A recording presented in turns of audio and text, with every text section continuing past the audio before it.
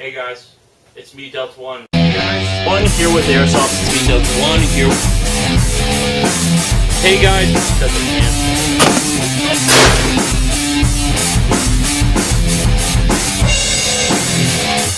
Hey guys, it's me, Delta One here with Airsoft Talk, and today I'm bringing you another video on the top 3 best airsoft manufacturers. Now I'm going to make this statement again. Before you comment on this video, please remember that these are just opinions of mine. They're not set in stone information. It's not set in stone. The facts I'm giving you is the facts of experience that I've had on these. Just because I say it's this, you know, it's number 2 on my list, it's because blah blah blah. You know, it's because I said so, therefore I am right. No. It's not because I said so, therefore I am right. It's because this is my opinion. I'm not, you know, you could disagree with me. You're more than welcome to. I don't want to offend anybody, and I don't want people asking me, you know, hey, why didn't you put this on your list? If you would have given me more than 3, I would have done it. But these are the top 3 companies, in my opinion. So, number 2 is VFC.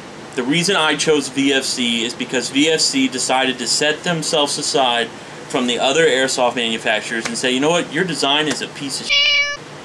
I don't like this. I want it better. I want it to work like this, and I want to have compatibility, and you know, it's going to cost more. One of the main reasons I picked VFC is because of the materials that their body is made out of. When you buy a nice gun, you don't buy it for the internals, you buy it for the externals, and then you go from there. When you have that kind of money to dump and invest in something like a gun like this. The main particular reason I chose VFC is because of their AKs, how different they are and how much they've set aside, and the fact that they're made out of steel and then aluminum barrel assemblies. Because the ATF requirement's all stupid, and you have to have aluminum. You can't have a full steel barrel assembly because whatever. Yeah, I don't know. I'm not the ATF. They just said you can't have it, so I'm just going by what they said. The disassembly of VFCs is fantastic. It's made with a technician in mind. One of the main things that's really nice that they put on on their M4s, their Platinum series, which are light as hell and they're accurate. My God, they're accurate. If you flip over the V2, there's a little notch where you could stick a flathead screwdriver and pull down on the inner reversal latch, which is genius. That was the first V2 I've ever worked on where I saw that, and that's why I liked it. And the disassembly of their M4s weren't too different from the regular ones, but I prefer VFCs over pretty much any gun on the planet because, for one, they have an 8mm gearbox on their M4s, which is really, it's not that bad. Their older AKs are 7mm, which isn't bad either. I prefer 8 because it's just better. That's a whole different video. The next thing is the gearbox quality. Yes, they did. The AKs came with plastic bushings, but you know, times have changed, things have changed. Now, I will agree, that is pretty stupid. But to be honest, every VFC AK I've ever bought, I pretty much upgraded it. Like, to the bee's knees. So, I would just upgrade it. Now, the next thing is their M4s. If I'm going to tell anyone to buy an M4, you either get a JGM4 or you get a VFC. There's no in between. I don't care for GMP. That's just me. That's a complete different video.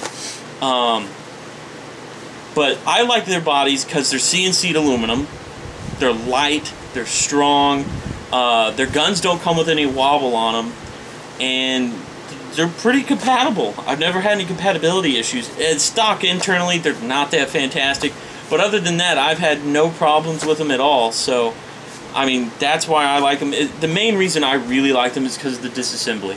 Because if you can't disassemble a gun very easily, or if it's a pain in the butt, it's not something that's going to be very pleasurable. It's going to be something that's more of a pain in the butt, and you're like, oh, I don't like this. It's such a pain in the butt. I can't stand working on guns like that, because it's like, I just want to sell this because I don't want problems. So that's my views on it. So I can't really explain. VFC, one of the things they did is they've made a few different weapons. I mean, they made an M60 that was pretty cool. I will give it this. It was $1,000. It was like almost $1,200. It was a little pricey. They made a BAR, which is totally badass. Then they made a shell-ejecting Barrett. That's actually quite rare. Finding them is, again, that's a rarity item, so good luck with that. Another thing they made that was pretty cool is they've got this like 338 sniper thingy that just came out. It's pretty cool. And I just like VFC because of the innovation that they have brought to the airsoft community, which I think is great because even clone companies are now starting to clone like D-Boys and stuff, which is a fantastic company, by the way. So that's pretty much it for VFC. I can't think of anything else. They're a great base gun, and that's why I like them, and their gearboxes are completely upgradable. That's another reason. I just like the overall design, and I feel that they are an easy gun to work with, and it was realistically made with the technician in mind, and that's why I really liked it. For their AKs and M4s is what really did it for me. I mean, hell, I'd even own an M4 if I wanted an M4. The first thing I'd go grab would be a VFC 416. That's what I'd want. So that pretty much concludes this video, guys. So life is good, and I'll see you in the next video.